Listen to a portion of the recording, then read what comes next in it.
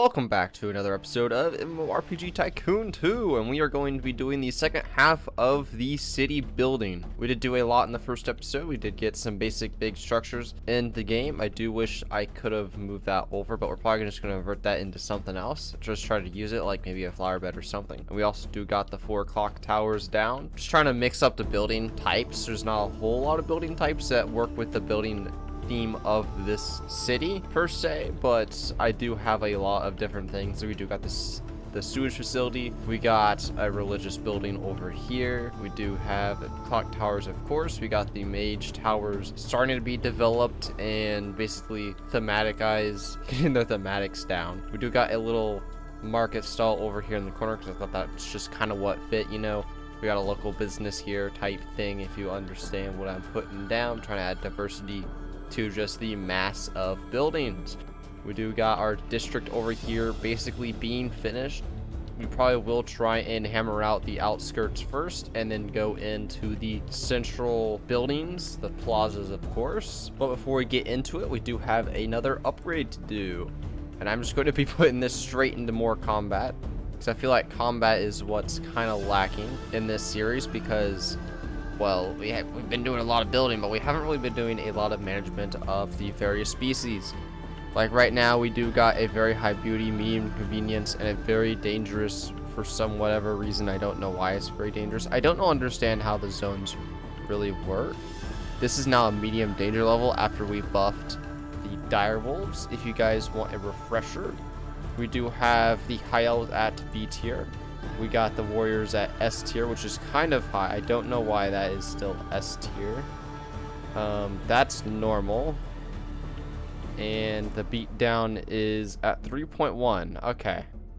So ever since I did nerf this, but for some reason when it's at 3, right, it's apparently they're B tier. But as soon as I put that like 3.1 or whatever, they immediately jump to S tier, and I don't know why.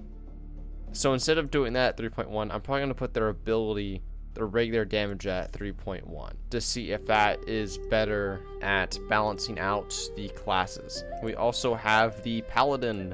The Paladin did drop from A tier to C tier. I don't understand why it suddenly dropped from A tier to C tier. Like, I literally buffed their healing ability, and suddenly they get worse. I don't really understand why they got worse after getting a buff.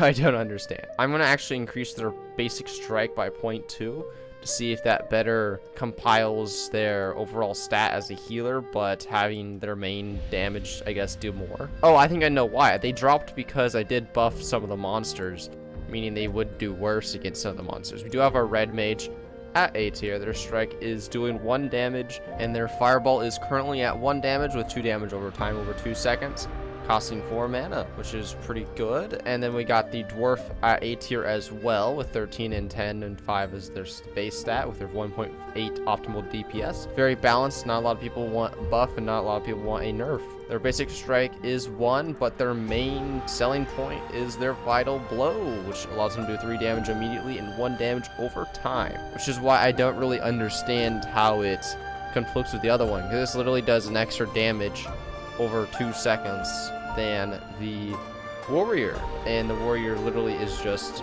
3 damage. So like, yeah, they can use it more often, but like, yeah, I guess that rage does work differently. Having to get hit 1 extra time in order to use an ability does conflict differently rather than not having to get hit that 1 extra time and potentially killing the enemy. Into perspective, overall, the gameplay of the mechanic, sometimes you don't need an ultimate ability just to be able to do it, because overall, in the time that it takes them to get that 1 vital blow off, the warrior already gets 6 damage off, whereas they would just get the 3 damage and the 2 damage over a second. So I guess I am probably going to end up building the dwarves to be a damage over time type build. You can probably think of the dwarves as the fire type attacks, like fire magic, how it has a lot of damage over time abilities, and maybe a few one-offs that are pretty high damage but not super high damage. They're basically going to be effects. They're going to be stacking effects of over time damage. They're going to be doing all sorts of things. Just a bunch of effects is what the dwarves is going to probably be about while doing some damage. So they're not gonna have high damage. You're probably gonna have basically low damage, but a lot of their effects will have damage over time, whereas the warriors will have a lot of immediate damage, but like no damage over time effects at all. So basically, the warrior isn't gonna really have any stacking abilities, but the dwarves are gonna have a lot of stacking abilities. And our region is overloaded once again, so we will have to fix that. It is kind of annoying, but these uplinks keep just getting absolutely hammered. I don't understand, because like this uplink has a bunch of bandwidth, but this one in the middle is just gone. I don't really understand why that happens per se, so I kind of want to get this one fed in directly to the other server, but that doesn't really seem to be the case of working. I think if we start building over here more, it'll start bouncing itself out. Okay, so I'm just going to put this one right over here, and we are going to connect that on up, and that should help out significantly. Yeah, you can see it is starting to replenish a lot better, but without further ado, let's jump into the time lapse.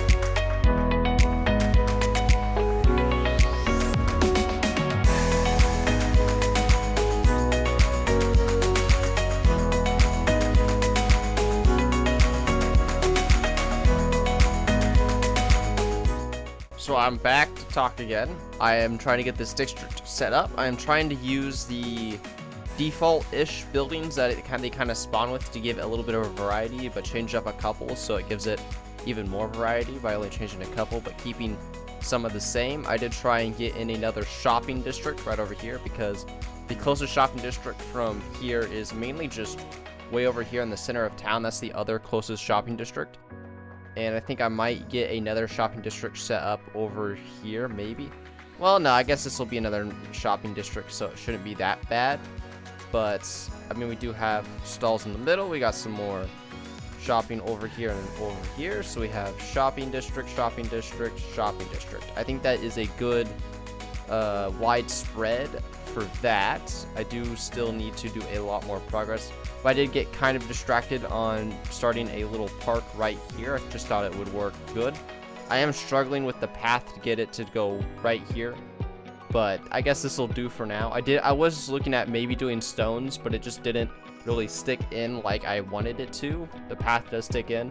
Plus, because it's a path and not just a made-up path, the NPCs tend to path in here a little bit easier rather than not. And it also give them a little market stand, mainly because if I put a market stand in here, NPCs are more likely to come in here. As you're seeing, they're coming in here and they're getting a little bit of wares. I should probably rotate that. I will rotate that real quick actually. But because I have a little market in here, the NPCs are actually coming in here to the little park that I have set up for them.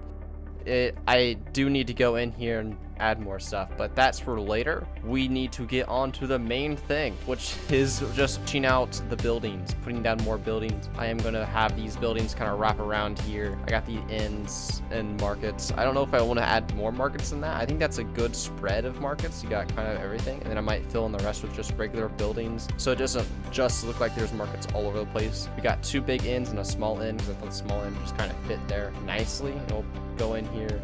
I will have the big tall blue ones kind of stretch in maybe to finish off right here, and it'll go to red buildings right up in here, and the blue buildings will also go over into this section right here. Maybe I just keep the blue buildings as they are right there and just have these red ones come in right here as well, but I kind of feel like putting in the blue ones right here to add more variety, because right now it kind of just looks like there's a lot. Right now it looks kind of even, but I will be adding in more red buildings here and over here, so I feel like it'd start to look uneven. So in fact, so I might just have the blue buildings actually wrap into here, just so it gets a little bit out here a bit, and then have red and red up here. But yes, let's get into the next time lapse.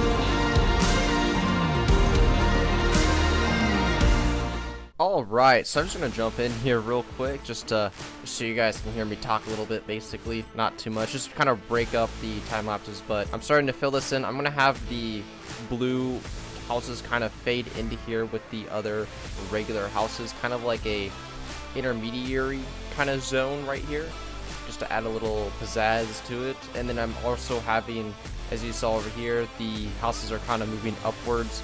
I might have the blue houses kind of intertwined right here a little bit with the regular houses kind of being more over here with a little bit with like maybe one or two sporadic blue houses right here, just to try and break up, like, you know, like they weren't just like separation or whatever. Yeah, but without further ado, we have a upgrade, which is an important 5.0 upgrade. Alright, so I'm going to be getting PvP duels, mainly because I don't think vehicles is that needed, and that way it can give our players a little bit extra to do, because they're kind of just sitting here waiting, mainly because if we get PvP, then that gives them something to do. And I'm assuming that, well, it's not going to be that hard for us to 6.0 and get another major unlock very fast. Like, it's going to be done maybe in the next 2 episodes, because we'll finish off the city next episode. We'll go through and try and spruce up all the designing and whatnot in the next episode, and then episode 11 we will be moving into one of these other 2 zones. So I'm going to take this real quick just to be like, guys, so make sure you guys just go down in the comments below and make your vote known. So if you vote number 1, it will be point towards the mountain village, and if it is a vote 2, then it will be going towards the poison swamp. And while you guys are in the comments, if you want to comment your own little storyline for any of these zones at all, for a good side quests, kind of make your own little side quest to be implemented into this zone, then you can go down below and comment your little side quests that you'd like to be implemented, and your name tag will be implemented on the main quest giver. But without further ado, let's get into the time lapse.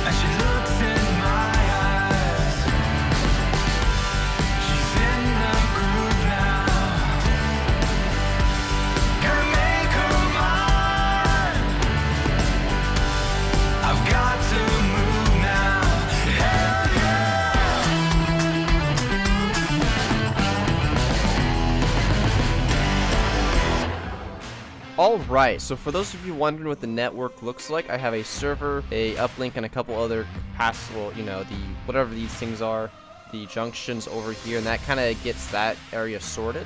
And up over here, I do only have one other uplink and more junctions all over the place connecting each other, and that also gets our upper region okay as well. Alright, and then as we move on to the city, it gets really ridiculous. I guess these big buildings take a lot, and it is also very densely packed, so it really kind of adds on to really just being a lot of bandwidth, I guess, in order to be able to properly manage. So I know these look relatively full, but like they were like on the verge of just collapse. Things were starting to despawn, so until I added in this other uplink down at the bottom, along with an extra capacitor to really help spice things up. But overall, in this one city alone, we have 4 uplinks, 2 servers, and 3 capacitors just to really properly run this at optimal. And it's like, I still really want to go in and do more detail with various, you know, like lampposts, signage, you know, just directional stuff along the pathway in the main city, but that will have to wait for probably next episode, because next episode we'll be just going around finalizing various touches. So one of the things I want to finalize is I want to kind of make this barrier formation look better. It doesn't really look the best, and things like going in the city and making sure that there's decals and flowers and just making everything look prettier. I don't know if I really want to go too in on the monster zones just yet. We'll probably wait for the dungeons update, and then following that we'll be going on to the new region. Without further ado, I hope you guys enjoyed the video and have an excellent day.